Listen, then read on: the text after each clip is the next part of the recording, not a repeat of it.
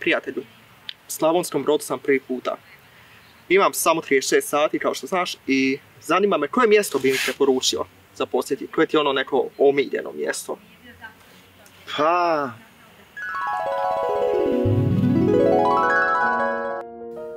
Pa to je teško pitanje.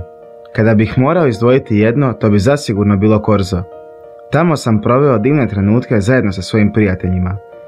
Pod sjenom njegovih palača sam proslavio završetak srednje škole, a brojne kave s mojim kolegama u njegovim lokalima priuštile su mi tolike nezaboravne trenutke. Ali čekaj, a tvrđava, kakav je to koncert bio? Što sam se tamo dobro zabavio.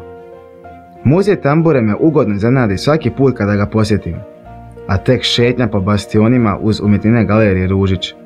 Svaki puta se osjećam kao vojnik carske austrijske vojske, spreman da u svakom trenutku pođe braniti čast carstva po cijeloj Europi.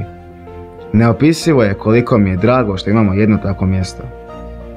No ipak tu je i Poloj. Svake godine spas od ljetnih vrućina pronašao sam tamo.